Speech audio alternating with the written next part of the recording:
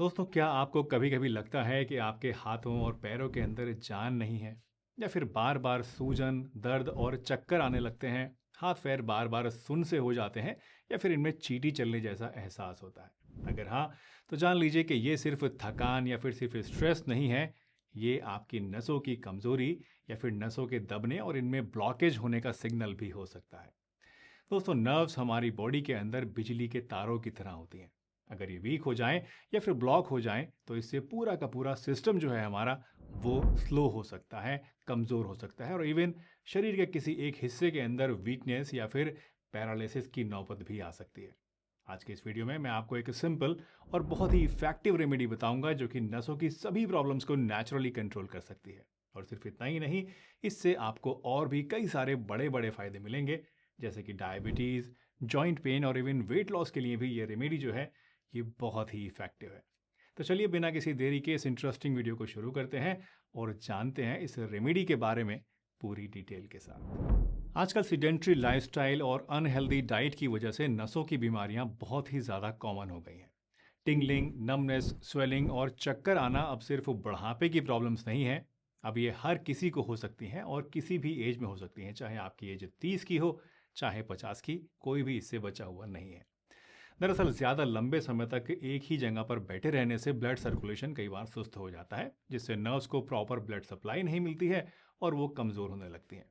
इसी तरह से प्रोसेस्ड फूड्स और अनहेल्दी खाने की वजह से हमारी बॉडी के अंदर न्यूट्रिएंट डिफिशियंसी हो जाती है और इससे भी नर्व्स वीक हो सकती हैं।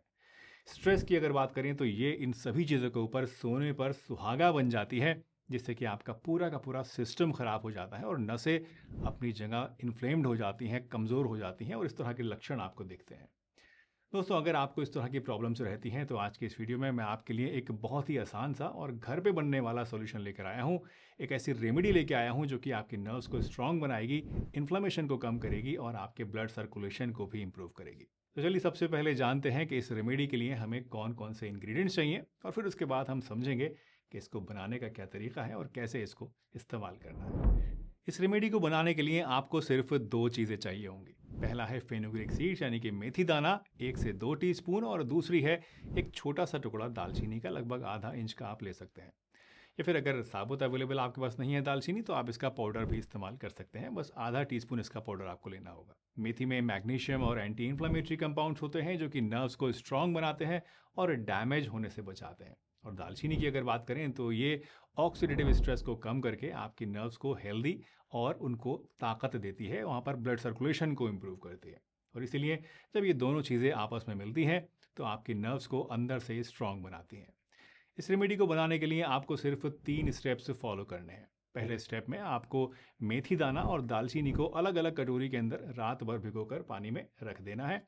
दूसरे स्टेप में आपको सुबह उठकर इन भीगे हुए इंग्रेडिएंट्स को छानकर इनका पानी खाली पेट सुबह सुबह पीना है और जो मेथी दाना और दालचीनी बचेगी उसको आपको एक ब्लेंडर के अंदर मिक्सी में डालकर इसको बारीक पीस लेना है।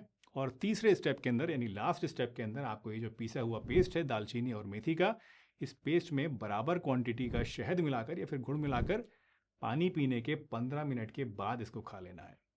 वैसे अगर आप डायबिटिक हैं तो पेस्ट में आप गुड़ या शहद मत मिलाइएगा, क्योंकि इससे आपकी शुगर बढ़ सकती है। इस रेमेडी को आप एक बार में 3 महीने तक बिना किसी गैप के आराम से यूज़ कर सकते हैं और अगर इसके बाद भी आपको इसे यूज़ करने की ज़रूरत पड़े तो ऐसे में it is highly recommended to give a gap of at least 15 days before starting again. इस रेमेडी के साथ दिन भर में एटलीस्ट 2 से 3 लीटर पानी आप ज़रूर पिएं। शुगर वाली ड्रिंक्स और पैकेज्ड जूसेस को अवॉइड करें और विटामिन B12 रिच फूड्स जैसे कि डेयरी प्रोडक्ट्स और फोर्टिफाइड सीरियल्स ज़रूर खाएं।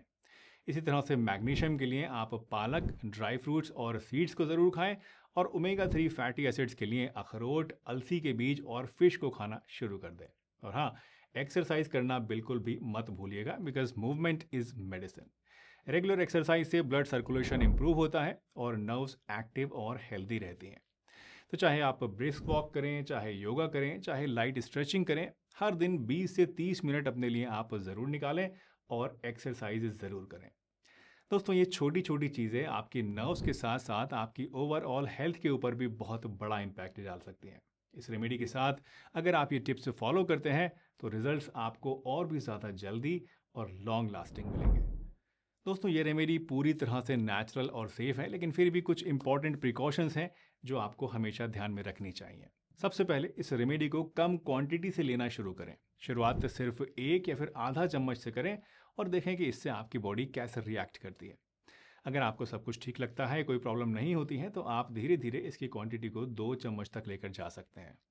दूसरा, अगर आप प्रेग्नेंट वुमन हैं या फिर डायबिटिक पेशेंट हैं या फिर किसी रेगुलर मेडिकेशन के ऊपर बहुत टाइम से हैं, तो ऐसे में ये रेमेडी लेने से पहले इट इज़ हाईली रिकमेंडेड कि आप अपने डॉक्टर से एक बार कंसल्ट ज़रूर करें। And lastly, remember that this is not a replacement for medical treatment. ये रेमेडी एक सपोर्टिव सॉल्यूशन है, लेकिन किसी भी सीरियस कंडीशन के लिए प्रॉपर मेडिकल ट्रीटमेंट ज़रूरी होता है। तो अगर आपको सीवियर नर्व इश्यूज़ हैं, कोई ब्लॉकेजेस हैं या फिर क्रॉनिक पेन रहता है, तो एक स्पेशलिस्ट की एडवाइस भी आप ज़रूर ले लें।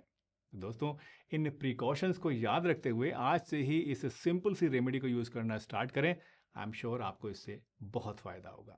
वीडियो पसंद आई हो तो लाइक कीजिए, चैनल पर नए हैं तो सब्सक्राइब कीजिए और मन में अगर कोई सवाल है तो कमेंट में पूछ लीजिए।